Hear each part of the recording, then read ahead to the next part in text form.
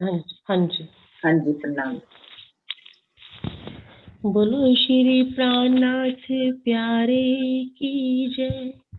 बोलो श्री सतगुरु महाराज की जय। जो जानो त्यों रखो, जो जानो त्यों रखो, धनी तुम्हारी मैं, एक कहने को भी ना कछु, एक कहने को भी ना कछु, क्या ये कहूँ तुमसे, जो जानो त्यों रखो, धनी तुम्हारी मैं, एक कहने को भी ना कछु, काहे कहूँ तुमसे, जो जानो त्यों रखो। कछु कछु दिल में उपजत, सो भी तुम्हें उपजावत, कछु कछु दिल में उपजत, सो भी तुम्हें उपजावत, दिल बाहिर भीतर अंतर, दिल बाहिर भीतर अंतर, सब तुम ही हक जानत, जो जानो त्यों रखो, जो जानो त्यों रखो, जानो तो राजी रखो, जानो तो दलगी, जानो तो राजी रखो, जानो तो दलगी, या पाक करो हादीपना, या पाक करो हादीपना, या बैठाओ माहे तकसी, जो जानो त्यों रखो, जो जानो त्यों रखो, आप विवेक बदल के आए दिया इल्म, आप विवेक बदल के आए दिया इल्म, सब बातें कही वतन की, बातें कही वतन की, पर पहचान सके न हम, जो जानो त्यों रखो, जो जानो त्यों रखो, मोहम्मद कहे में हक के खोले, मगज मुसाफ कलाम, मोहम्मद कहे में हक के खोले, मगज मुसाफ कलाम, हक बिना कौन खोल सके, हक कलाम कौन खोल सके, मिली 14 तब तमाम, जानो त्यों रखो, धनी तुम्हारी में, कहने को भी ना कछु, कहने को भी ना कछु, कहाँ कहूँ तुमसे, जो जानो त्यों रखो। बोलो श्री प्राणनाथ प्यारे की जय, बोलो श्री सतगुरु महाराज की जय।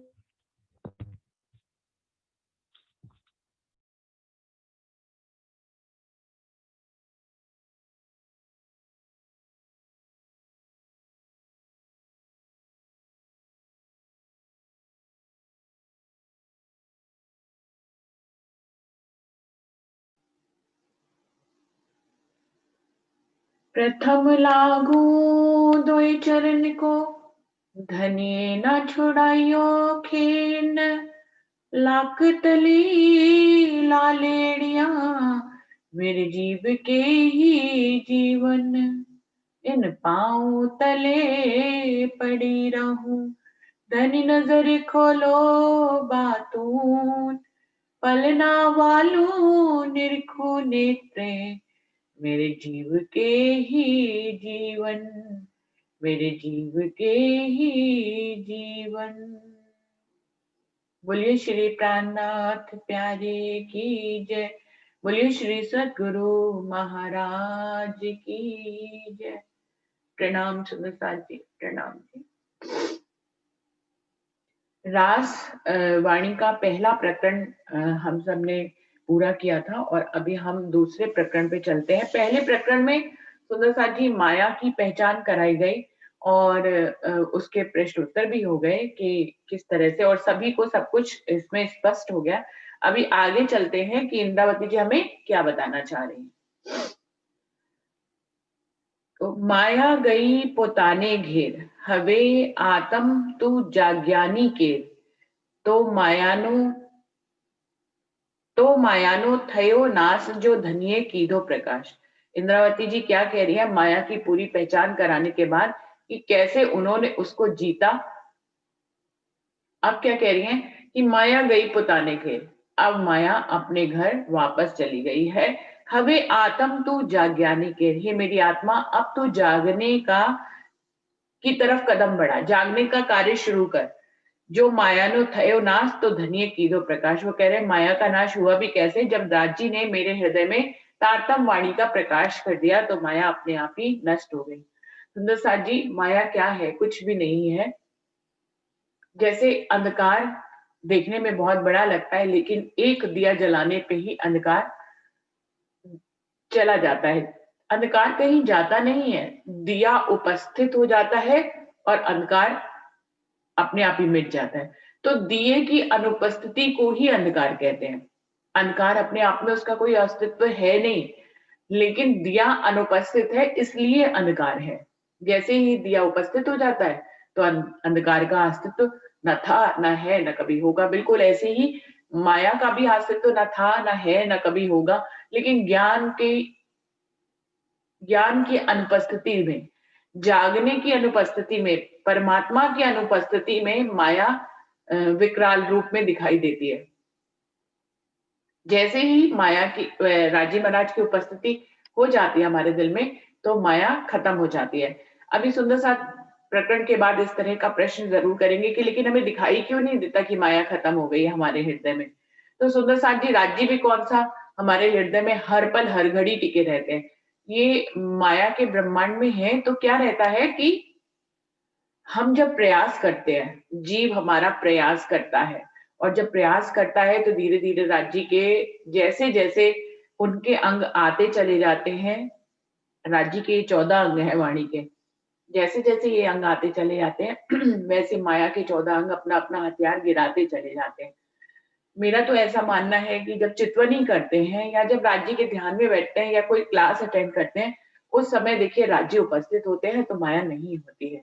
लेकिन जैसे ही हम उस क्लास से हटते हैं तो दुनियावी चक्रों में रहते हैं और उसके कारण ही उसी पल ही राजी उतनी देर के लिए अनुपस्थित हो जाते हैं और माया उपस्थित हो जाती है। तो बिल्कुल यही क्रम माया में चलता रहता है। जो परमहंस हुए हैं, वो सब माया से बिल्कुल ही अलग हट जाते हैं। तो वो अखंड राजी महाराज को अपने हृदय में विराजमान कर लेते हैं और फिर माया उनके पास नहीं आती। वो माया में हमें दिखाई देता है कि वो माया में नहीं है। और हम लोग अभी धीमे-धीमे चल रहे हैं, तो हमें जितना समय मिलता है उतना हम राज्य को विराजमान कर पाते हैं और फिर बाकी समय पे हम माया में रहते हैं।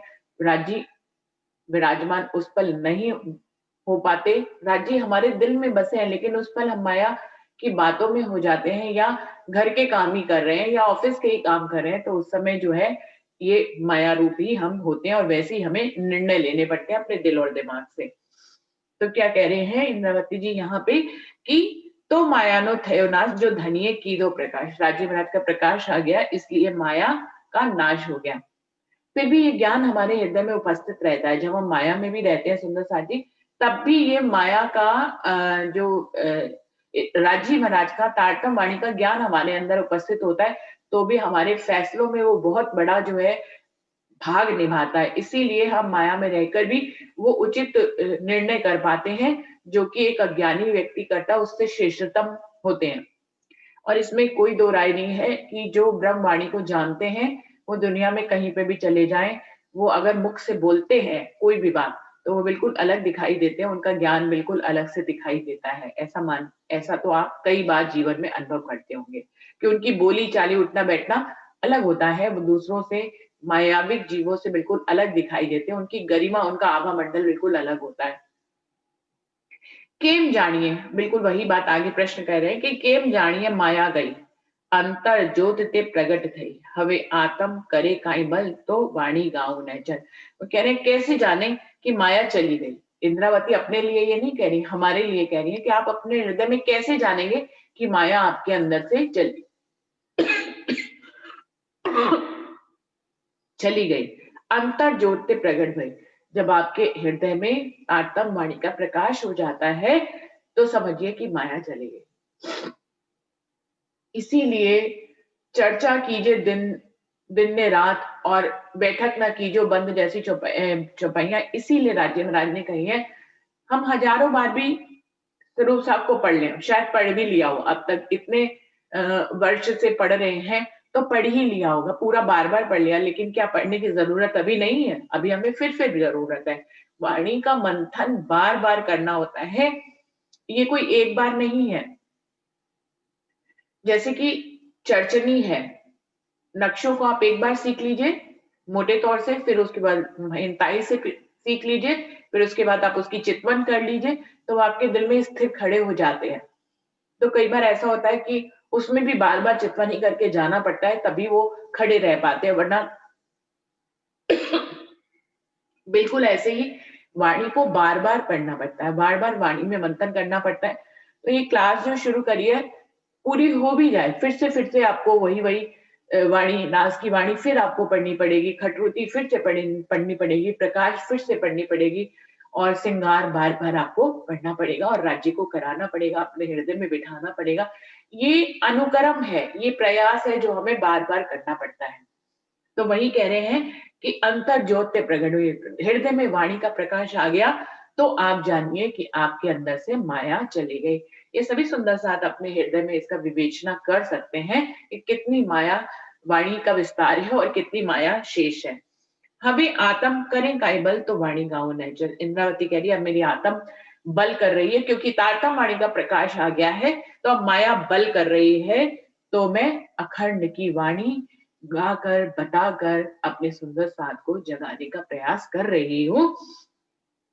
क्योंकि ये उद्यम, ये प्रयास राजी महाराज मुझसे करा रहे हैं। उन्होंने मुझे ये इसके लिए चुना है और मेरे जीव को ये प्रेरणा दी है, मेरी आत्म में ज्ञान का प्रकाश करके राजी वो बल भरते हैं, वो जोश भरते हैं, जिससे कि मैं सुंदर साथ को वाणी के बारे में कह पाती हूँ। लघु तीरथ पिंगल चतुराई, ए तो किवनी छे बड़ाई, एनो अर्थ हूँ जाणू सही, परा निदमाते सोवे नहीं। इंद्रावती जी कह रही हैं कि यदि कोई इस तरह से छंदों और चौपाइयों का प्रयोग करके, मतलब शब्द से शब्द का मिलान करके और उसमें एक रिदम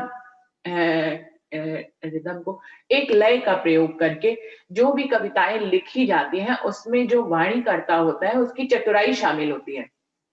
कभी जो गीत लिखते हैं, लिरिक्स होते हैं, वो हमेशा आखिरी शब्दों को मिलाने की कोशिश करते हैं कि अगर या आया तो उसके बाद या, दूसरी चौपाई में भी या आए, या रा आया तो रा आए, तो इसमें उनकी चतुराई शामिल रहती है, इंद्रावती जी कह रही हैं, तभी वो एक सुंदर कविता को कह पाते हैं या गा पाते हैं। वो कह रही है कि मैं जानती हूँ कि कोई भी कविता कहने में इस तरह की चतुराई का प्रयोग किया जाता है, पर अनिदमा के सोवे नहीं। लेकिन इंद्रावती जी कह रही है, ये सबसे बड़ी गवाही है सुंदर साथ जी, कि वो कह रही है कि ये अक्षरातीत पूर्ण पारब्रह्म के आवेश से कही गई वाणी है, इसमें इस तरह की कोई भी चतुराई का प्रयोग नहीं किया गया है। क्योंकि कोई ये ना समझे कि महराज ठाकुर का तन जो है वो इस तरह की चतुराई का प्रयोग कर इस वाणी को बोल रहे हैं, बिल्कुल भी ऐसा नहीं। सुंदर साथ जी इसी बात को स्पष्ट करते हुए इंद्रावती जी कह रही हैं कि इसमें ये राज्य के आवेश रूप से कही हुई वाणी है और ऐसी निधि में इस तरह की चतुराइयां बिल्कुल भी शोभायमान नहीं होती हैं। मारे तो नथी कहीं किवनु काम, वचन कहवा मारे धनी श्री धाम, जे आही आवीने कया गजा सारू मारे चित में रहा। वो कह रहे हैं कि कविता लिखने में इस तरह की चतुराई का प्रयोग किया जाता है, उसमें इस तरह का काम होता है। मेरा इस तरह का कोई भी काम नहीं है। ये तो वचन गया मारे धनी श्री धाम, ये तो मेरे धाम के धनी ने आकर मेरे हृदय में ये वचन कहे हैं, इसीलिए मैं आपको इनका वर्णन करके बता पा रहा हूं। लेकिन उसमें भी वो कह रही हैं कि जो बुद्धि का प्रयोग किया जाता है चौपाइयों को मिलाने में, वो कह रहे हैं यहाँ पे मेरी जो बुद्धि ने उस अखंड निधि को जितना ग्रहण किया वो उतना ही कह पा रहा है। तो सुंदर साथ जी, जो आत्म में आता है वो जीव उससे बहुत कम हिस्सा उसको ग्रहण कर पाता है, और फिर जो है हमारा हृदय उससे भी कम हिस्सा ग्रहण कर पाता है, और फिर हमारा मन और इंद्रियां उससे भी कम हिस्सा ग्रहण कर पाते हैं, और हमारी जिह्वा से जो निकलता है वो उससे भी कम होता है। तो इस प्रकार से इंद्रावती जी बहुत जगह अपने आप को कहेंगी कि मैं बंध जाती हूँ, क्योंकि जो मैं देखती हूँ और मुखार बिंद से जो वर्णन करती हूँ उन सब में एक अंतराल होता है, यानी कि आता ज्यादा है, आवेग ज्यादा का आता है, मुख से वो बहुत कम निकल पाता है। तो इस प्रकार से इंद्रावती जी क्यों कह रही हैं कि गजा सारू मारे चित मारे, मैंने अपनी बुद्धि के अनुसार उसको अपने चित्त में ग्रहण किया है और मुखार बिंद से मैं उसको कह पा रही हूँ। साथ हागल कही हूं ते पहला फेरा न सने, धनिये जे कया अमने सावलो साथ कहूं तुमने। वो कह रही है मैं सुंदर साथ के सामने जो कहने जा रही हूँ वो है हमारे पहले फेरे के प्रेम के बारे में। ब्रज का जो प्रेम था, राजी महाराज से सचिन का अनुपम प्रेम था, तो वो उस प्रेम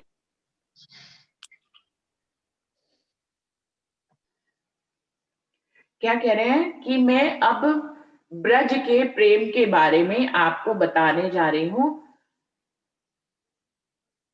जैसा मेरे प्रीतम ने मुझे बताया है, हे सुंदर साथ जी, मैं आपको आप संभल कर चित देकर अपने हृदय की नैनों और कानों को खोलकर बैठ जाइए। अब मैं उसके बारे में आपको बताने जा रहा हूँ। तमे जो पे ग्रहजो दृढ़ मन करी हूँ, तमने कहूँ फरी फरी, साथ सकल लेजो चित धरी हूँ, वाला जी दिखाड़ो प्रगट करी। वो कह रहे हैं आप अपने मैं जो कहने जा रहा हूं उसको दृढ़ता से अपने हृदय में, अपने मन में उसको संजो लीजिए। मैं आपको बार बार उसके बारे में बताने जा रही हूँ। अपने चित्त में इन सारी बातों को ग्रहण कर लीजिए। सुंदर साथ जी, ब्रज की लीला के बारे में हमेशा हमें उसके पगलों पर चलने के, यानी उसी रास्ते पे चलने के लिए हमें बार बार संदेश दिया जाता है। राजी महाराज सबसे पहली बार जो ब्रज में आए थे उसका उदाहरण बार बार जागनी के ब्रह्मांड में क्यों दिया जाता है, क्योंकि जो प्रेम वहां पे था वो अनोखा प्रेम था, कोई ज्ञान नहीं था, फिर भी प्रेम था। ऐसा प्रेम था कि सखिया जीवन में माया के सारे काम करती थी, लेकिन फिर भी वो अक्षरातीत पारब्रह्म राजी कृष्ण के रूप में जो आए थे, उनसे मिलने के लिए वो हमेशा उनके मन में एक लगन और उतावलापन बना रहता था। तो वो सारे संबंधों को निभाते हुए, सारे दुनिया के काम करते हुए, उस समय तो काम करने की प्रक्रियाएँ बहुत कठिन हुआ करती थी। चूल्हे पे खाना बनता था, जमुना जी से पानी लाया जाता था, तो वो सारे काम करते हुए भी वो अपने प्रियतम से मिलने के लिए समय निकालते थे। और जो माया के अंदर से समय निकाल कर जब मिलती थी, तो उसमें जो आनंद आता था, वो ऐसा आनंद था कि क्या कहना था। तो हमेशा हम लोगों को भी माया में रहते हुए राज्य की तरफ लगे रहने का उदाहरण जब भी दिया जाता है, वो हमेशा ब्रज के रूप में दिया जाता है।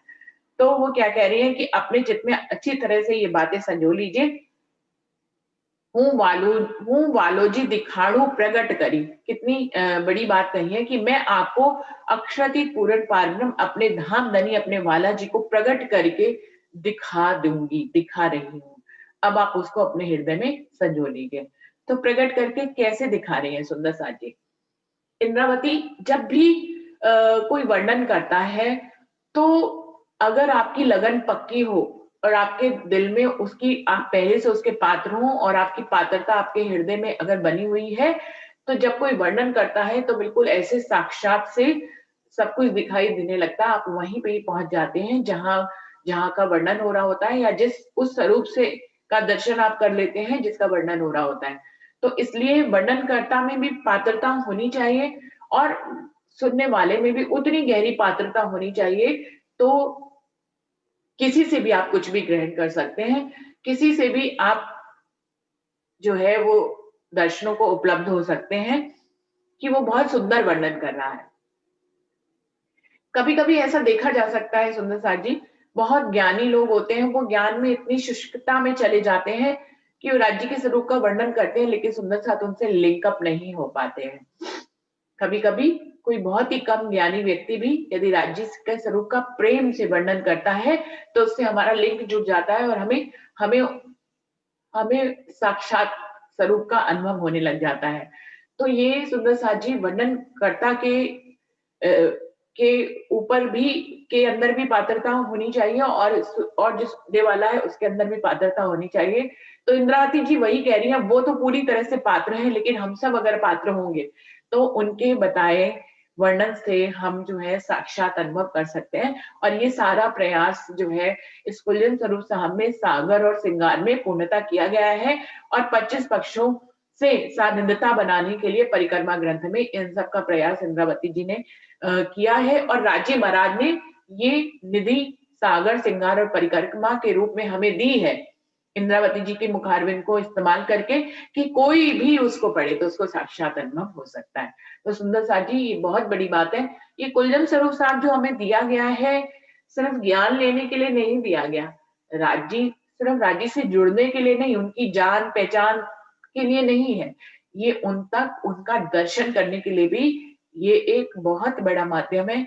तो जो चौपाइयों से दर्शन कर पाते हैं, जो राजी महाराज ने स्वयं अपने मुख से कही है कि स्वयं अक्षरातीत पूर्ण पारब्रह्म हमें अपना दर्शन करा रहे हैं सागर के माध्यम से, पूर्ण अक्षरातीत पारब्रह्म हमें अपना दर्शन करा रहे हैं सिंगार के माध्यम से और पूर्ण अक्षरातीत पारब्रह्म हमें अपना परम धाम घुमा रहे हैं परिक्रमा ग्रंथ के रूप में।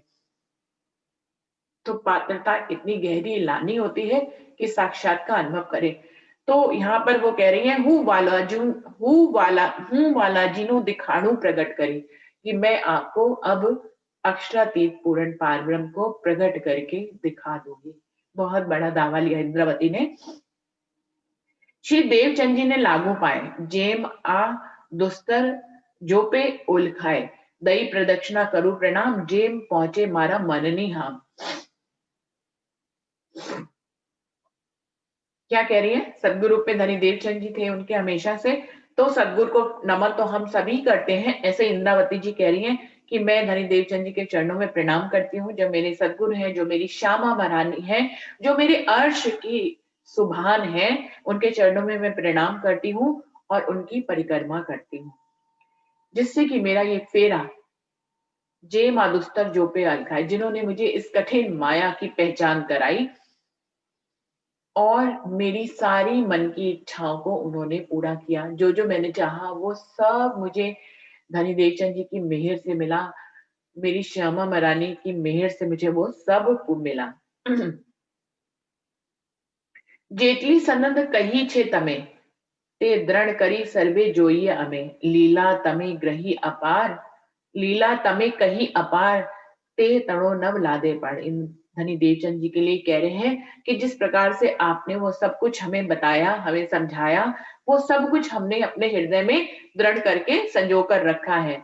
आपने जितनी भी लीला, अपरंपार लीला के बारे में हमें कहा, उसका कोई भी पारावार नहीं है। आज तक ब्रह्मांड में जो निंद कभी भी नहीं आई थी, वो सबसे पहले धनी देवचंद जी इस दुनिया में तारतम ज्ञान की कुंजी को लेकर आए और अक्षरातीत का वर्णन उन्होंने ही सर्वप्रथम यहाँ आकर किया। 14 भवन माया अंधार, पार नहीं मोटो विस्तार, तमने पूछूं समृत सार, हूँ केरे पेरे करो विचार। वो कह रहे हैं, इंद्रावती जी कह रही है कि ये जो 14 भवन जो है, जो माया का रूप है, ये गहरा अंधकार का रूप है। इसका कोई भी आज तक पार नहीं पा पाया। इसका इतना विस्तार है कि इसका कोई पार ही नहीं पाया। तमने पूछो समरस साथ, हूँ केरी पेरे करो विचार। मैं आपसे पूछता हूँ, इंद्रावती जी कह रही, मैं आपसे पूछ रही हूँ कि मैं इसके बारे में आपको, इसके सार के बारे में आपको कैसे बताऊं और आप इस पे कैसे विचार कर पाएंगे। तमे तारतमना दातार, अजवालो कीधो अपार, सात तणा मनोरथ जे सर्वे पूर्ण कीधा ते।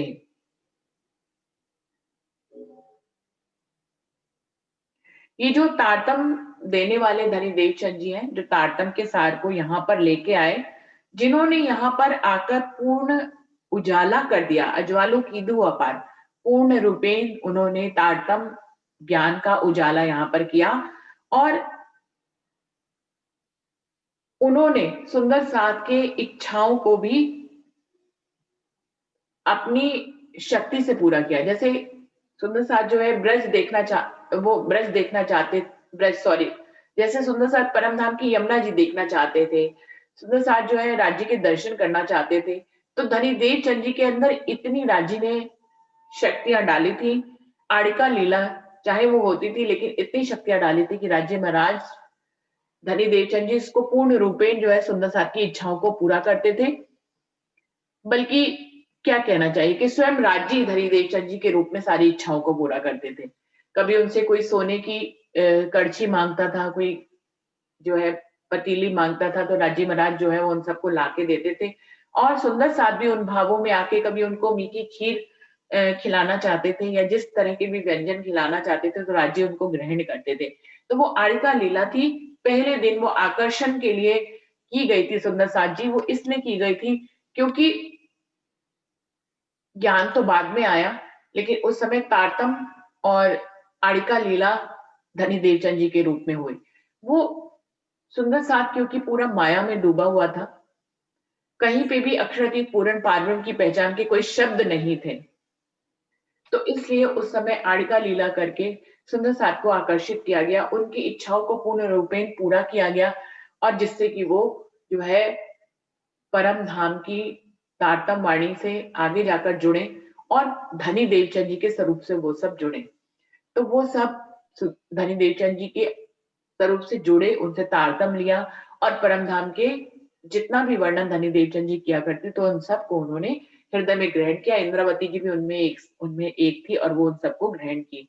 तो क्या कह रहे हैं, तमे तारतम ना दातार, अजवालू की दो अपार। आपने बहुत सारा उजाला यहाँ आकर किया तारतम से।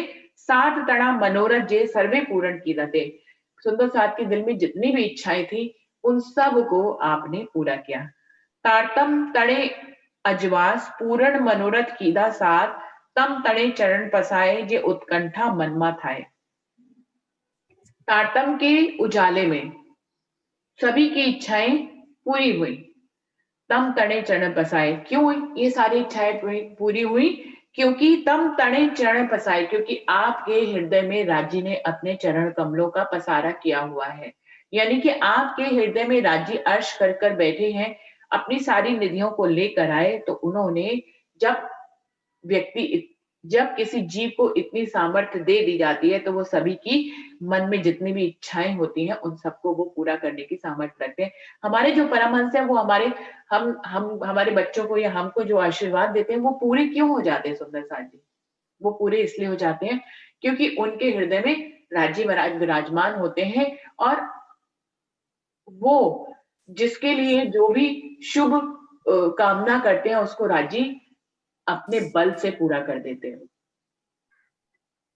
तो ये शफ़क़त बरकत होती है हमारे परमहंसों में क्योंकि वो राज्य के बहुत करीब होते हैं और इसीलिए उनकी शरण में जाने की विधि है, वो इसीलिए है कि हम सरलता से जाग जाते हैं। हम खुद से अनुकर्म करेंगे तो बहुत देर लगेगी, लेकिन यदि वो हमें आशीर्वाद रूप में कोई दे देंगे, तो हमारे हृदय में वो तुरंत आ जाएगी। इसी को ही इच्छा पूरी करनी कहा है, बल्कि दुनियावी की इच्छा भी वो लोग पूरी कर सकते हैं, लेकिन राजी महाराज की तरफ की इच्छाएँ तो पूरी वो ज़रूर ही करते हैं क्योंकि ये एक शुभ संकेत होता है, शुभ शुभ इच्छा होती है और शुभ इच्छा को पूरा करना ही शुभ होता है। तो हम सब अपने बच्चों को उनके पास लेके जाते हैं, कभी-कभी कोई बच्चा पढ़ाई नहीं करता है, तो भी हम उसके उनके पास ले जाते कहें कि इनको सद्बुद्धि दीजिए, ये अच्छे से पढ़े। तो ये सारी बातें उनके द्वारा आशीर्वाद के रूप में जो दी जाती हैं, वो पूरी हो जाती हैं। उन सब का कारण यही है कि उनके पास स्वयं राजी महाराज वो शफ़क़त बरकत खुद से ही देते हैं। उनके हृदय में उनके चरण होते हैं राजी महाराज के, इसलिए वो इस शफ़क़त बरकत को उनको दी जाती है और वो इस शफ़क़त बरकत को दूसरों को बाँटते हैं।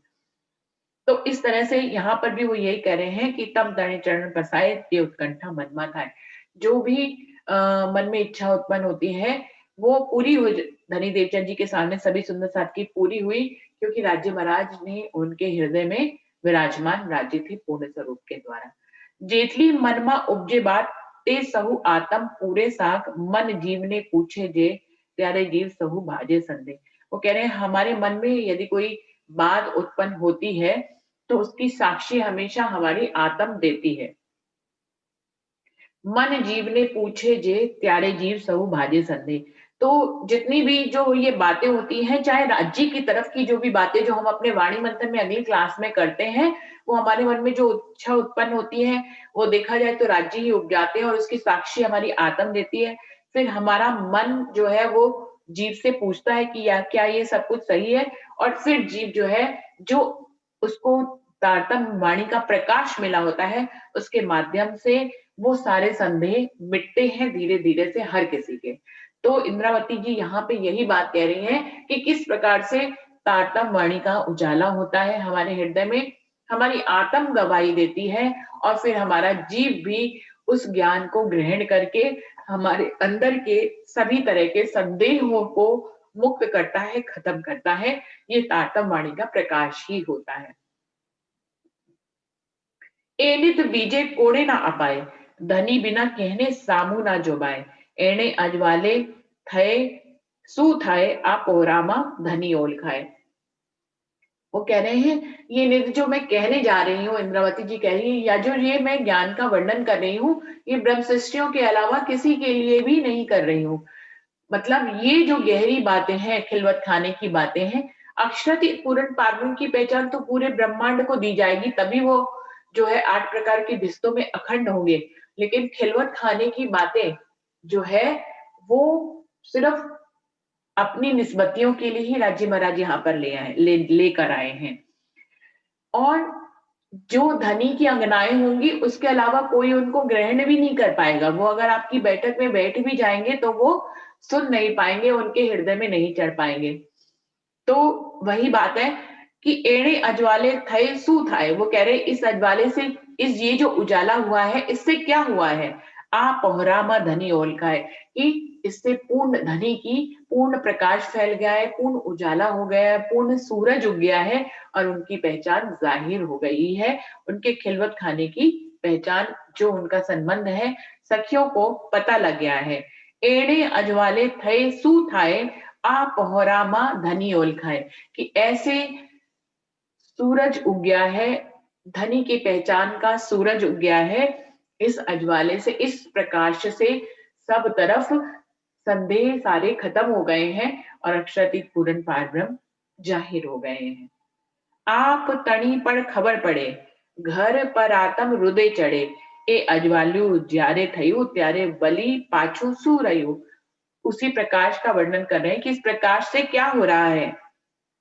हमें अपनी पहचान हो रही है, हमें अपने घर की पहचान हो रही है, हमें अपनी आत्म की और अपनी परात्म की पहचान हो रही है और हमारे हृदय में ये सारी पहचान हम अपने हृदय में ग्रहण करते जा रहे हैं। इस प्रकाश से और क्या हो रहा है? सभी कुछ हो रहा है। और अब वो कह रहे हैं जब ये सब कुछ प्रकाशित हो गया है, ये सब कुछ हमारे हृदय में इसका प्रकाश आ गया है, प्यारे बलि पाछू सू रहे हो, तो पीछे क्या रह गया है? कुछ भी नहीं रह गया है। जब अक्षर की पूर्ण पारब्रह्म की पूर्ण पहचान हमारे हृदय में आ जाती है, हमारी आत्म की पहचान हमें हो जाती है, परात्म की पहचान हो जाती है, हमें अपने घर की पहचान हो जाती है, तो अब इंद्रावती जी कह रही है, यदि इस प्रकाश से ये सारी पहचान हमारे हृदय में आ रही है, तो पीछे क्या रह गया? पीछे फिर कुछ भी नहीं रह गया। ऐसु माया करे बल, फेरवे कल करे विकल, अजवाल मा न रहे चोर, जागता नव चाले जोर। वो कह रहे हैं कि अब माया का क्या बल चल सकता है? जब हम जाग ही गए, तो अब माया का बल नहीं चलेगा। माया का बल तब तक चलता है जब हम सोए हुए होते हैं। वो कह रहे हैं बिल्कुल ऐसे ही, जब प्रकाश होता है तो चोर चोरी करने नहीं आता है। जब हम जाग रहे होते हैं तो किसी का भी बल हमारे ऊपर नहीं चलता है। हमारे ऊपर बल कब चलता है? जब हम सोए हुए होते हैं या जब हम अंधकार से घिरे हुए होते हैं, तो हमारे ऊपर किसी का भी बल चलता है। लेकिन अब जबकि प्रकाश हो गया है, सूरज उग गया है, राज्य की पहचान हमारे हृदय में दृढ़ हो गई है, आत्म परात्म की पहचान हो गई है, हमें अपने घर की पहचान हो गई है, तो अब माया का कुछ भी बल चलने वाला नहीं है। जदि ते जीते विद्याए, पर एणे अजवालू नव जाए, जारे वाला जी सहाय थाए, झक मारे प्यारे मायाए। वो कह रहे हैं कि कोई अनेकों विद्याएं जीत ले, पर एणे अनजान्यू नव जाए, लेकिन फिर भी वो सब कुछ नहीं जान सकता। लेकिन अनेक विद्याएं जीतने पर भी, उनके कहने का तात्पर्य यह है कि अनेक विद्याएं जीतने पर भी कोई कितनी विद्याओं का मालिक हो, फिर भी वो पहचान नहीं कर सकता। पर एने अनजान्यू नव जाए, लेकिन जो अनजाना है वो तब भी उसको जानने